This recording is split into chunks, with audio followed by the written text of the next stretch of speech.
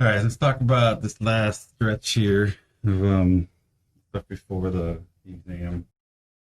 So far, this is the last exam, right? We've covered path analysis. We spent a lot of time on path analysis because it wasn't just path analysis, but it was getting into the meat of modeling and things like identification and all these different specification, estimation, model fit.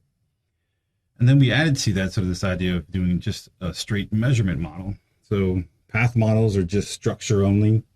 Measurement models are just latent variables only with no structures, no prediction. So we spent a lot of time talking about those two things as sort of separate things. So a structured regression model really is just let's take those two ideas, a path model and a measurement model, and put them together. Let's actually be able to take factors and predict other factors with them. And that's really what we're talking about. So it's actually a fairly short lecture because there's really nothing new to it. It's just doing the same things we've already talked about at the same time. So structured regression models, also called, sometimes they're called hybrid models because it's a hybrid of structure and measurement, path models and CFA. And more realistically, you hear a lot of people refer to these as list row models because the reason why list row was sort of developed in the first place, so all these models were started, was not to do CFAs, it was not to do just measurement only, it was really to be able to take factors and predict other factors with them, to be able to do this process. So oftentimes when people refer to list row models, they're referring to these sort of hybrid structural regression models. So it can be viewed as sort of synthesizing path and measurement models. They are the most general of all the types of structure equation models considered at this point. Like as a path analysis, the specification of a structure regression model allows tests of hypotheses about patterns of causal effects. Unlike path models, though, these effects can involve both measured and latent variables. That's because the structure regression models incorporates measurement in there, right? So we can have a confirmatory factor analysis instead of a correlation or something, or covariance between factors. We can actually put in a prediction. We can actually test a hypothesis. We can actually move from the unstructured parts of a confirmatory factor analysis, right? The unstructured covariances. We can actually then put structure in there and actually put predictions and stuff like that. That's all this really is. It's sort of replacing the unstructured components of a CFA with structure, or replacing the measured variables in a path model with latent variables, either way you want to look at it. So here is it's a mediation model, a 3-factor mediation model. We got anxiety predicting both self-esteem and depression, and then depression in turn sort of predicting self-esteem. So there's an indirect effect. We can test for that indirect effect, just like with the Sobel test. We can actually look at this path. This becomes this path alone becomes the sort of A path. This is the B path. And then this would be the C prime path. And without depression in there, this would be C, right? So we're doing the same kind of model, the same kind of regression model we did before, it's just the variables are latent instead. You can see this is using the unit loading, right? All the errors have variances, so the disturbances have variances, and this factor's got a variance we would estimate as well. So each one of these sort of fits the bare minimum where they have 3 loading or 3 indicators each. So it looks like this would likely be identified for those few reasons. Like each factor's got at least 3 indicators. We're giving each of the factors structure, not structure, a scale by using the unit loading identification.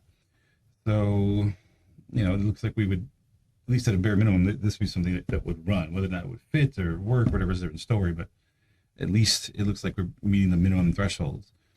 And then, so what is this is obviously a more complicated model than just using an anxiety, depression, and self-esteem composite or a measured variable. So what's the benefit? Why do it this way through a latent structural regression model than just do it as a regular path model and test regression or test mediation that way?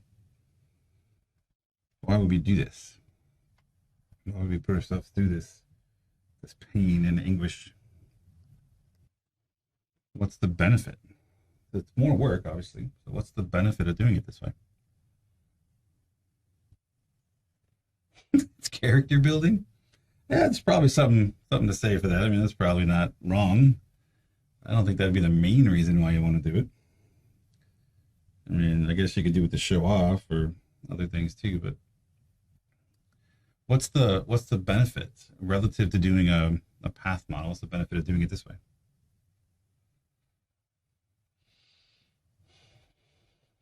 I mean, we've been leading up through this whole semester to this very point. So I don't know if we can figure out why spend a whole class learning how to do these kinds of models if there isn't an inherent benefit to doing it. If it's not somehow.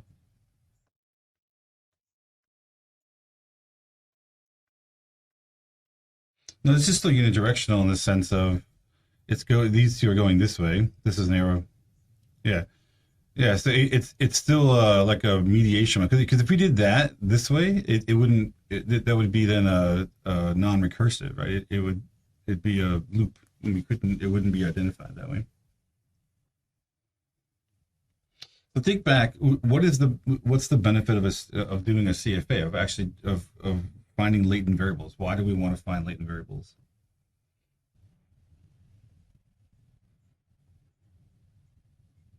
All right, so we want to establish the construct we're trying to measure, and we want to do so in a way that's a little bit more sophisticated, right? It's a little bit more meaningful. Like that the fact that these three items sort of load onto this factor. This factor is a better operational definition of self-esteem than any of the three items are alone, right? or that they are, if we were just to add them together or take an average of the three, this is still better. And that's really the question we're getting at. Why is this better than just using these three as some kind of composite?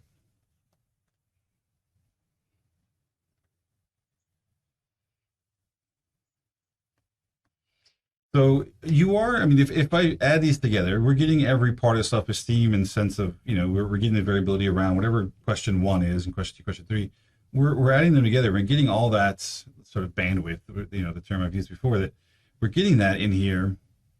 So why does doing it this way with the latent variable, why is that a superior sort of method as opposed to just creating these composites? I'm creating a composite. Because I could average these out, right? Create, it'd be a lot easier to think about if I just said, look, here's anxiety as a composite measured variable. Here's depression, right? Here's self-esteem. I'll just call it SE. Self-esteem. I can just do that, right? I could just do this model. There'd be an error there. There'd be an error there. That's it. It'd be a much simpler model. This is a lot easier to do. I don't have to do much of anything. I don't have to worry about, making sure that the factors work and all this stuff. So why do this? Use latent variables and not just do this.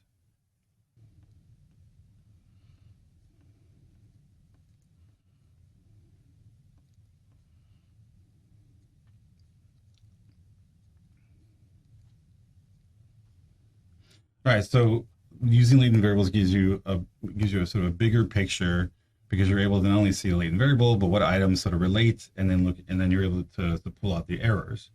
And really, it's this idea around that you touched on about the errors that actually makes this a better method. So why is being able to pull these errors out, as opposed to creating composites, a better method? Why do these errors matter?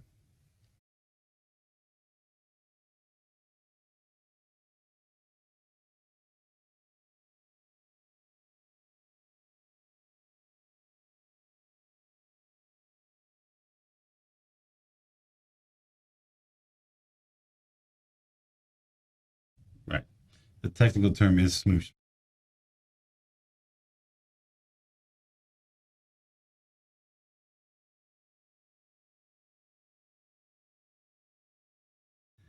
So yeah, so what happens, if all right, so when I'm making this, if I'm making I'll put it here, I'm making a standard, or I want to say standard error, a self-esteem composite, right?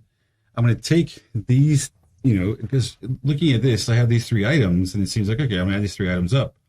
So yeah, the items go in there, but what's also being sort of added in there, all these things are also being added to that composite too. These are all unique variances, things that are really involved in the item that really have nothing to do with standard with the I can't want to call standard error with self-esteem, right? Because so remember this E9 is the part of this self-esteem question that isn't related to self-esteem. It's either noise or it's unique specific variance to the item.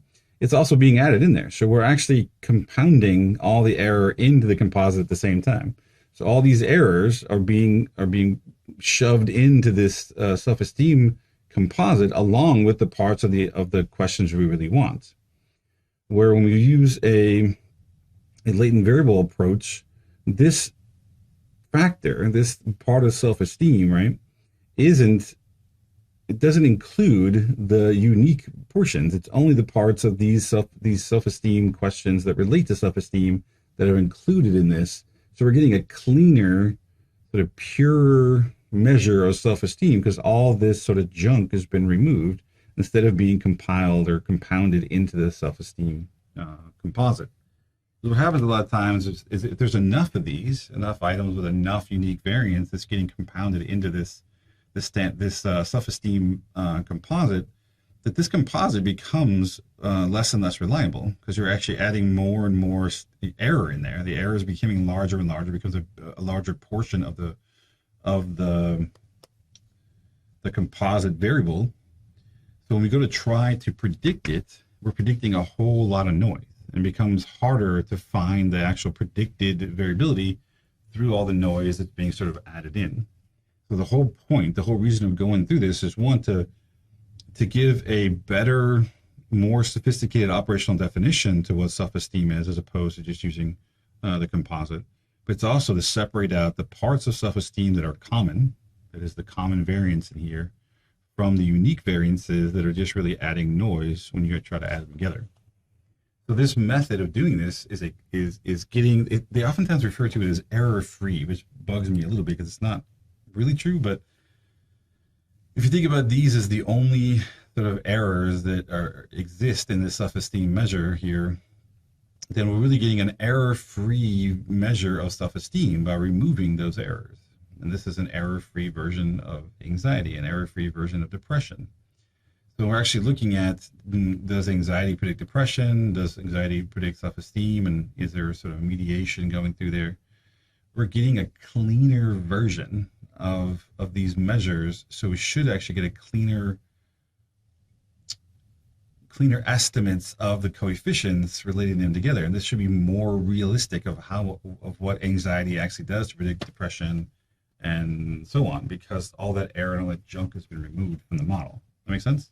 The whole point of going through this, the whole point of getting all this sort of done is to get cleaner, better defined in terms of operational definition measures that we can use in testing our hypotheses, instead of just taking the easy route, making composites that are just compounding the not only the variances that are related, but also all these errors that make it noisier. Okay, like I mentioned this before, that I've seen models where when you use the composites and do this route, it'll look like none of these things relate to each other.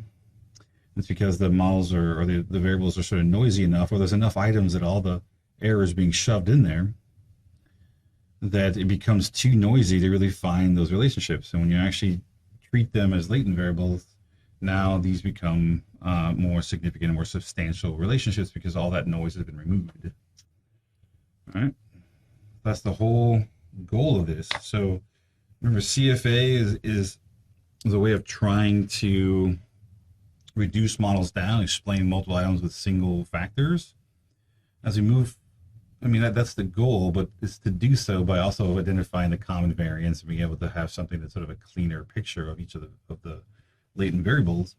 And now we're able to use that fact to be able to then create predictions between the factors that are also cleaner. That these coefficients that we're estimating here should also be better, cleaner estimates because of all that noise being removed. So this is sort of repeating what I said at the very beginning, but a structure regression model is essentially adding structure to a CFA. So instead of simply allowing factors to correlate, we can then hypothesize relationships. We can actually put structure, instead of leaving them unstructured and just covariant, we can actually add structure and test hypotheses that are directional.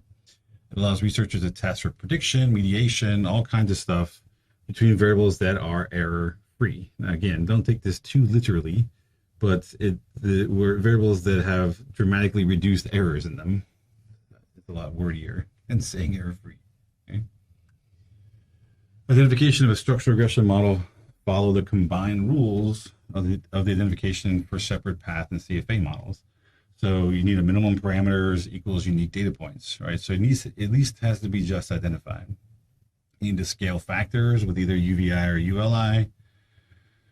Factors, plural, should have 3 indicators with some exceptions. Again, if they're related and other stuff, you can get away with sometimes less. But and I'll even show you in a minute how to have a single item factor, which doesn't make any sense, but we'll talk about what that means in a second. And the structural components, because we really haven't had to worry too much about the recursive part, because we haven't had any structure. So the structure, it's the recursive part of the model is the sort of the flow of the prediction. And since we've been dealing with factors, the prediction is usually only going from factors to items. There's not a whole lot of carry forward or worrying about the flow or having feedback loops and other stuff. That stuff really hasn't been an issue with CFA. Now we're bringing in predictions back in the model. The structure's coming back in again. We have to worry to make sure that that structural component is actually recursive.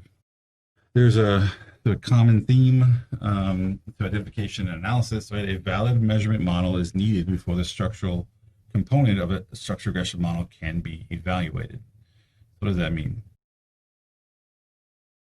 Before I jump into this model, and put prediction and stuff in here, I have to make sure that the factors themselves actually work and make sense. We can actually fit these and actually make them work. Because if the factors don't work, then what we're actually predicting between them actually isn't really useful. So a valid measurement model is needed. So the first step is going to be you need to identify the measurement model. It's basically run a CFA. So thus it must be possible to derive unique estimates of the factor variances, covariances before specific causal effects among them can be estimated. So it's a way of saying, like, look at the CFA, right? Do a CFA first, allowing everything to be unstructured. And then when all that fits, you can then replace the unstructured parts with structure and then test out hypotheses. But the idea is you got to make sure that those factors actually work and are identifiable, estimatable, before we can actually go on to any other structure. That makes sense. That is, in order for the structural portion of an SR model to be identified, its measurement portion must be identified first. All right, so it's generally assumed that exogenous factors are uncorrelated with the disturbances of the endogenous factors. So we shouldn't get any, if you go back to here again, let's look at that model. So anxiety, right, is predicting self-esteem. So what is this D2? D2 is the part of self-esteem that doesn't relate to anxiety, right? This is the part of self-esteem that isn't being predicted, to leftovers. It really isn't related to anxiety or depression, right? Because they're both predicting self-esteem, but still, it's the part that isn't related to the predictors. So that means that anxiety and D2 shouldn't correlate. They should be orthogonal to one another, because that's how this regression model is set up. This predicts this. This is the part that doesn't predict. So this coefficient that is not shown here, but it would be on this arrow, is the part of anxiety that predicts self-esteem. This D2 is then the variance that is not predicted or is orthogonal to anxiety. So all this is saying is repeating that fact that exogenous factors are uncorrelated with the disturbances of endogenous factors. That was the same statement we made when it was a path analysis, that a exogenous variable, measured variable, should not be related to the errors. It's the same thing. Factors, exogenous or endogenous, and the measurement errors are independent. Go back again. It doesn't make any sense to correlate self-esteem with like E7. E7 is a unique variance. It's the part of SE1 that is not self-esteem, the factor. So that means that this And this, right, should not have, this should be 0. Like any correlation between these unique variances and the factor should be 0. That's all that really is saying. Again, this is the same thing we talked about when we talked about CFA, that unique variances are called unique because they're unique to the item and not related to the factor, and therefore they should not be related. Like I said before, the model identification and testing, estimation, all this stuff should be done in 2 steps. Step 1, fit an unstructured CFA of the factors and evaluate the identification and fit of the CFA. So run a CFA model first. Step 2, add the structural components and evaluate the identification requirements of the paths, making sure they're recursive, or an identifiable non-recursive model if you can figure that out, and test it for fit. And sometimes I'm saying this is in 2 steps. So one of the things I realized I hadn't talked about in CFA that I probably should have. So go back to here for 1 second. It's a digression. If I'm trying to fit this model, even as a CFA, a 3-factor model, this is a pretty small number of items, 3 factors. It's pretty doable to go through and just go directly to a CFA and test this. As the factors, you get more factors and you get more items per factor, the model starts to become a little more complex. I would actually take a step back to like a pre-step and actually pull like self-esteem itself apart and look at just that factor and test that one factor by itself. Because what I want to know is within that factor, are there issues like correlated errors, other stuff that I need to address? Do anxiety by itself, figure that out. Do depression. You wouldn't necessarily do it here because if I took self-esteem out by itself, it's going to be just identified. It's only 3 items. So this is going to be a just identified model, so there's nothing really to fix. So this is not a good example for that. But as models get more complicated with more items, I would probably test each one of these as a unidimensional model by itself, make sure that fits, before bringing it into a CFA with all of them together, but still unstructured, make sure that fits, and then put the structure in to see what the predictions are. So it could have, we're saying there's 2 steps, but really there could be sort of a pre-step, and really could be 3 steps instead of just 2. If you have a lot of factors and they're getting more complex, I would actually test each one of them separately. Step 2, you're going to add in the structural components. So you're at least going to do it in 2 steps. It could be 3 if you start back and look at each of the factors independently or separately before combining them together into a multi-dimensional CFA, and then go into the step where you add in the structure and look at predictions and test hypotheses. This 2-step modeling process is important because if you fit the entire SR model and the model is complex, the lack of fit may be difficult to find. You may find there's all kinds of stuff going on. You don't really know what to fix. All right, so that's why it's good to be able to put it into chunks if it's real complex and find out where the misfit might be happening within each of the factors before combining them together. And then looking at a CFA first, so the structure has nothing to do with the fit, it's just the measurement model. And then if you put the structure on there and there's lack of fit, that's likely because there's predictions you're hypothesizing that don't really exist. You're not really finding them. So by doing that, it helps to sort of hone in on where the misfit in the model might be instead of just jumping straight to the model right away. Okay. Also, if the fit of this CFA model is poor, then not only may the researcher's hypotheses about measurement be wrong, but the fit of the original SR model to the data may be even worse if its structural model is over-identified. The idea is the CFA model is poor. If you actually look at the CFA model, it doesn't fit very well.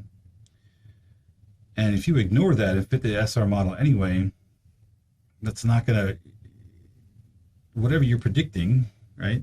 You don't even know it's really good. Right? If it's really depression, really anxiety, really self-esteem, it's not, you're not really using factors that have been well established, because some part of the measurement model is not really fitting very well because the CFA model is poor. So it's better to fix that first, make sure that it actually works, do anything you need to do to make sure the CFA is sort of functioning appropriately before moving on the SR model. If you have a lot of degrees of freedom, sort of free, right, that is over-identified because you're not putting a whole lot of structure, just certain things are relating, that can actually make the model fit worse and worse if the CFA model is also poor. It's sort of it's like adding insult to injury or whatever phrase you like. It's sort of adding poor fitting structure on top of poor fitting CFAs. It's going to make it even worse. So the gist here, the long story short, you want to make sure, since you're trying to relate factors, latent variables, you got to make sure those latent variables actually are working well. Make sure that the CFA fits, make sure it all works very well before trying to then predict across or predict between the factors. Because if you don't, you're not going to be able to really interpret what those coefficients are, because you didn't really establish that really, that anxiety really works, or the depression really works, or self-esteem really works. So when you start to predict them from one another, it's like, what does that even really mean? And how do you even really interpret some of that stuff? This is more of the same stuff. It's important to test the fit of an unstructured CFA model so that any source of misfit can be addressed. This is what I said at the very beginning, earlier on, or the measurement model re-specified before fitting the structure. So if your unstructured CFA, your CFA, which is correlated factors, doesn't fit very well, then figure out why. If you can't figure out why, then you probably need to re-specify the model, figure out another way for these items to be related. The structural coefficients can be trusted because the underlying measurement model fits data. So if you can get a decent measurement model, then the structural parts actually are going to be stronger. Going to be more, you have a better interpretation of them. Multiple competing structural models can be tested over the same CFA measurement structure. Right, thinking, what the hell does that mean? So this oftentimes will happen. Think about, if I gave you these three factors that we've been talking about: anxiety, self-esteem, and depression. Right now it's saying this is basically saying if you have anxiety, that is affecting your self-esteem directly. It's also affecting your self-esteem because anxiety affects depression, and depression turns around and affects self-esteem. So this is a model in which the exogenous variable, the driving force in this hypothesis, is anxiety, depression is the mediator, indirect effect, and self-esteem is the outcome. Someone else may hypothesize something else, that it's really a person's self-esteem that's driving both their anxiety and their depression, right? Or if someone is depressed, it's gonna predict their anxiety and their self-esteem. And so somebody may actually hypothesize these arrows being in different orders, different directions. So once you establish the CFA model and it works, you can test to see whether this model fits better, or if a model going in a different direction fits better, with starting with self-esteem going to anxiety and depression, or one that starts with depression going to self-esteem and anxiety. You can test those over the top of an already fitting CFA. So what that statement is down here that we just said a second ago. Multiple competing structural models can be tested over the same CFA. So once you actually have a decently fitting CFA, you can test all those different hypotheses on the same CFA and it'd be fine. And you'll be able to actually test those, see which ones actually make sense. And what you're probably going to finding out is that as you flip arrows around and stuff, is that they're all going to fit probably fairly well and actually have support for different hypotheses about it. Because the only way you can really argue the directionality of all this stuff, for instance, like for this is anxiety, depression, and self-esteem. Anxiety would have to be measured first in time, depression second in time, and self-esteem third in time. There has to be some temporal precedent. If they're all being measured at the same time, it's likely you can rationalize these arrows going in any direction. And you can test those, and they'll probably all come out to be about equally fitting, because they're all, just flipping direction. It's probably not going to change a whole lot in terms of the fit of the model. And the theory, the hypotheses, rationale behind why it's one way or the other, it's become sort of competing theories, but there's nothing, unless there's temporal precedence, there's really nothing in there to sort of establish one or the other, or one versus any of the multiple models you might be able to come up with. You can also think of this, if you want to go back even sort of further, look at a bigger picture. In a four-step modeling, the process is broken down into smaller components in order to better specify sources of model misfit. So step one, fit an exploratory factor model, specifying the number of factors you expect in the structured regression model. Now, why go all the way back to there? Well, in the exploratory factor analysis, the reason why people sometimes will start there, and even though I've said before not to do this or whatever, it's actually to explore what, like, so I think this is how items should go together, but there could be other issues. And I mentioned before that we had put together this scale. It's supposed to have 5 factors. When I ran a 5-factor model, it didn't fit. I ran a 1-factor model, didn't fit very well at all. So I switched back to looking at an EFA to say, okay, well, let's see if the items can tell me what the hell's going on, because it seems like what we planned, what we had designed the scale to do, wasn't coming out that way. So I thought, all right, let me at least, use EFA or something to explore what might be going on instead. And that's what we sort of I sort of discovered that it was like the stems. The items were actually lighting up around the stems of their items instead of the actual content. So we were able to figure that out, and then we got rid of that structure, redesigned the scale so that all the items have the same stem, and we're now able to find the 5 factors we're looking for. So, long story short, even though I sort of will say negative things about EFA, EFA can be helpful when, there's stuff going on that you weren't accounting for or ready for, and you really want to explore what's happening.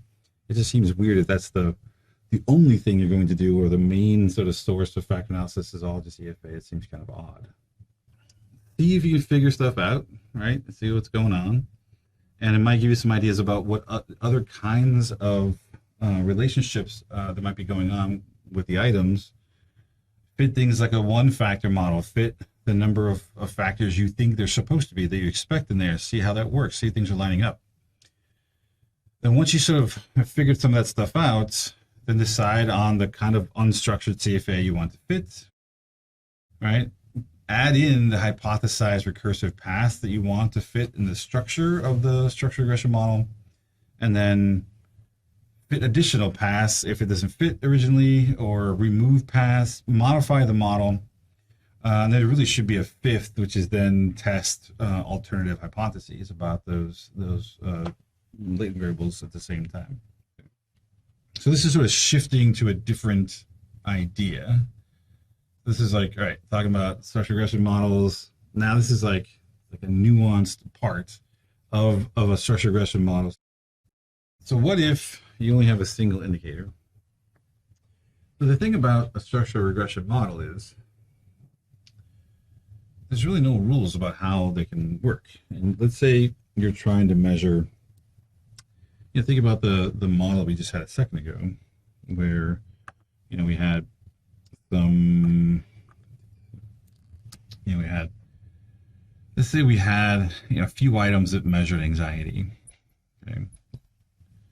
And we had a few items that measured self-esteem. But for whatever reason, we just have one item that measures depression. Just one. Something like, on a scale of 1 to 10, how depressed are you? Right? We're just answering one question. So these actually have multiple indicators and their factors. All right. And so this.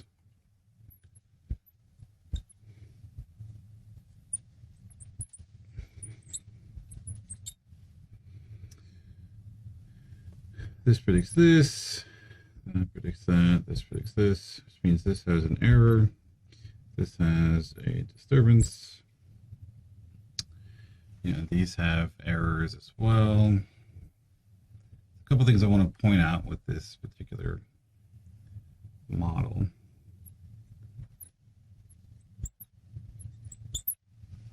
All right, so let's say we have this. This is like our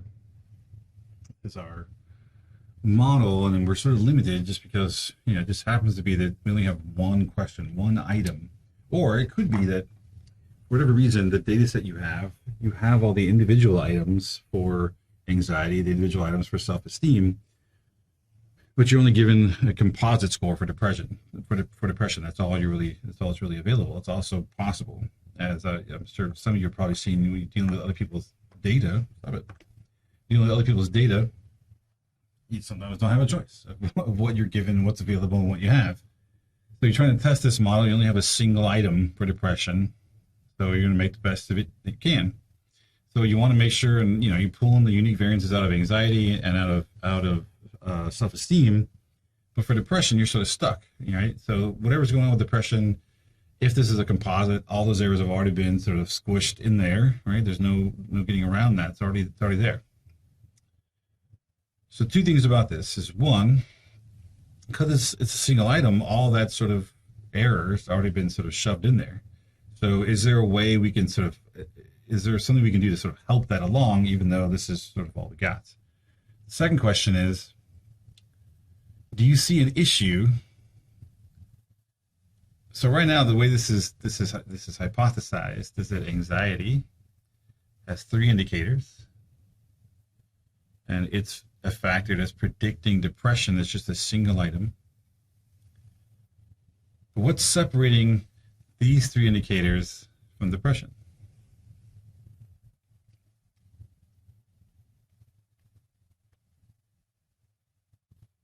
How are these measured variables different than this one?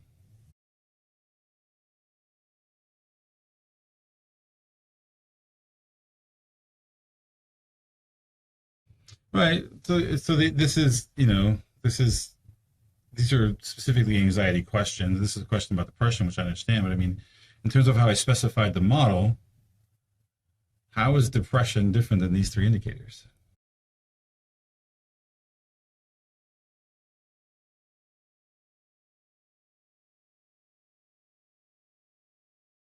Sure, but so let's say, the way that this is where things get a little bit complicated, because the way that I'm hypothesizing this, because I have an error going this way, right? This is part of some mediation model. So this error is a regression error, while these E's are unique variances. This is part of the measurement model. So this part is measurement. So this is the way this is sort of defined, right? That this here around anxiety, this is the sort of measurement part, right? Where depression is separate. This is the structural part. But if you look at this, anxiety has an arrow going to this item with an E. But it also has an arrow going to this item with an E. So how is this different or separate? I guess the real question is, how is this just not another indicator of anxiety? I mean, I could technically do that with any of these, right? I could, I could still do that. It seems sort of weird, but I could. But you're right. I mean, part of the what makes it different is that this is now, it's a mediator. It actually is working to predict where these other ones really aren't. But again, if I take this error out for 1 second, let's say I just wanted to say that, forget about a standard, I keep wanting to say standard error. Forget about self-esteem for a second altogether. And I just want to show that anxiety predicts depression. So I have these 3 items indicating anxiety, and this one item is my depression item. The problem is, mathematically, there's no difference between depression as an outcome here, as a dependent variable, and these other items as indicators. It's really just theoretical. Mathematically, this is just another indicator, just another thing that anxiety predicts, just like these do, right? The only thing you wouldn't want to do is to put a 1 here and make sure this is the reference variable. But otherwise, relative to anxiety, this is just another indicator, which becomes weird. It's only when we start to add stuff to it, like starting to add, this other path here, that we're definitely using it differently than the other indicators.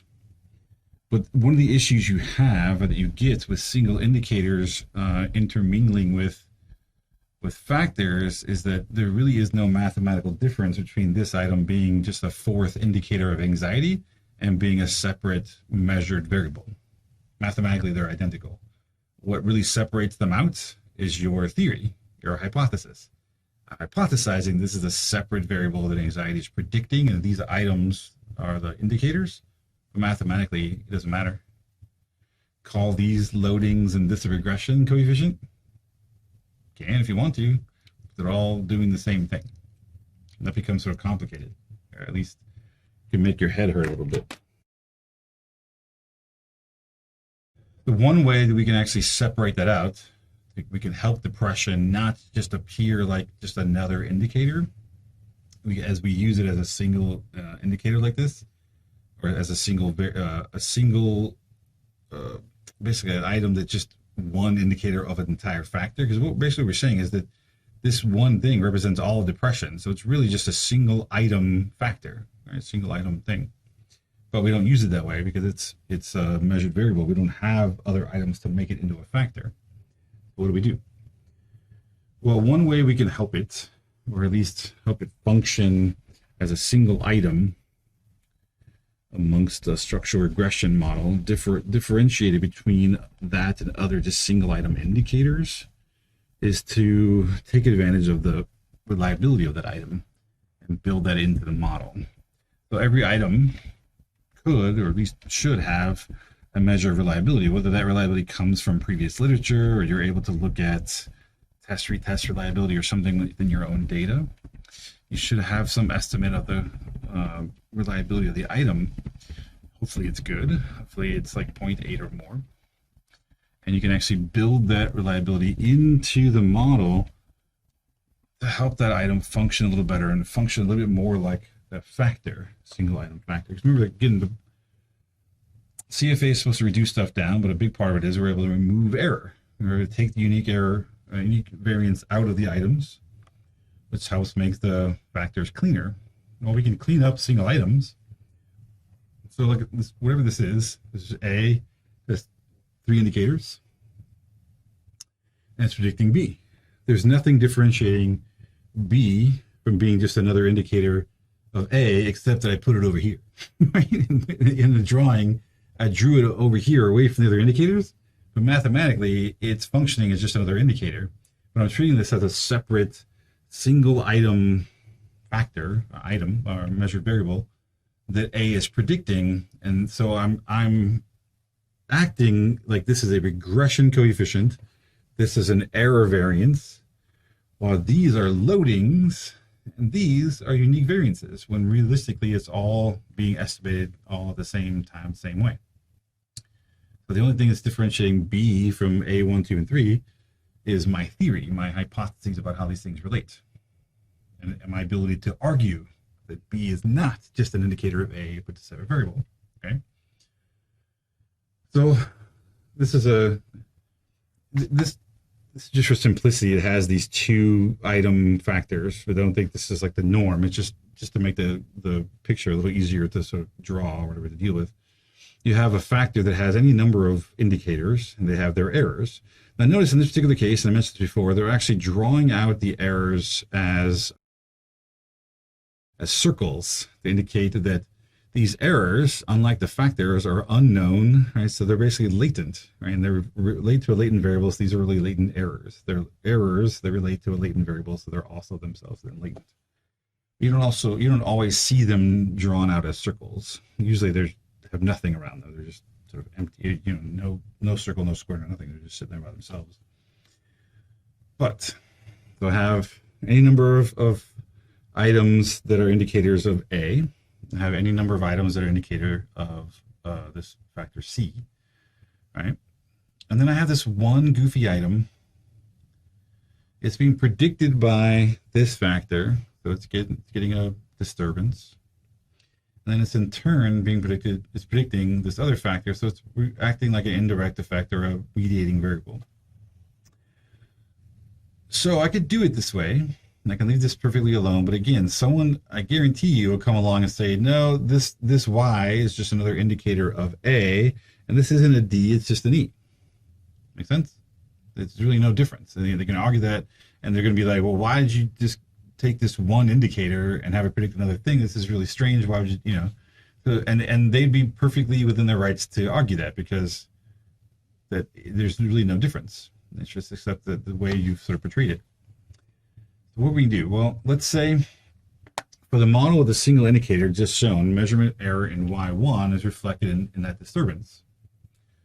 So a method to take account of the measurement error in a single indicator is described next, and I'll show it to you in a second, but it requires that you have some estimate of the item's reliability.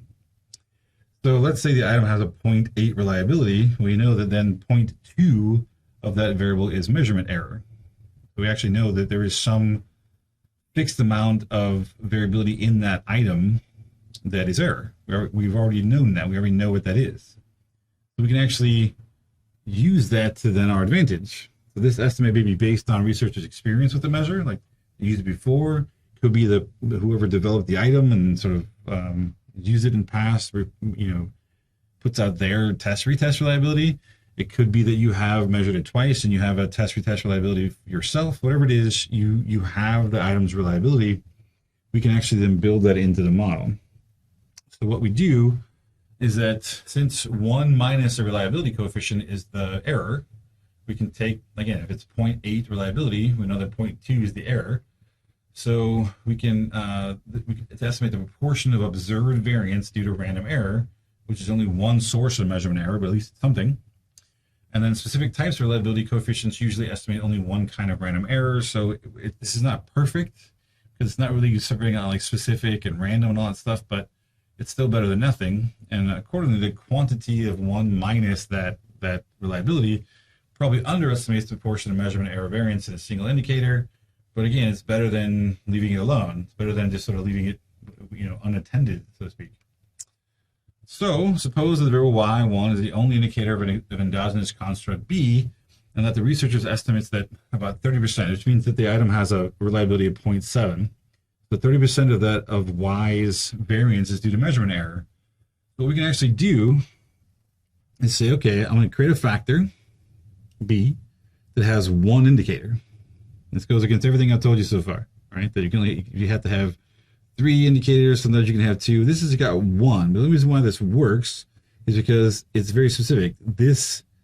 We're not estimating a path here. We're saying this is 1, which means this factor is 100% this variable. And we're going to force the variance of its error to 0.3 times the overall variance of that measure.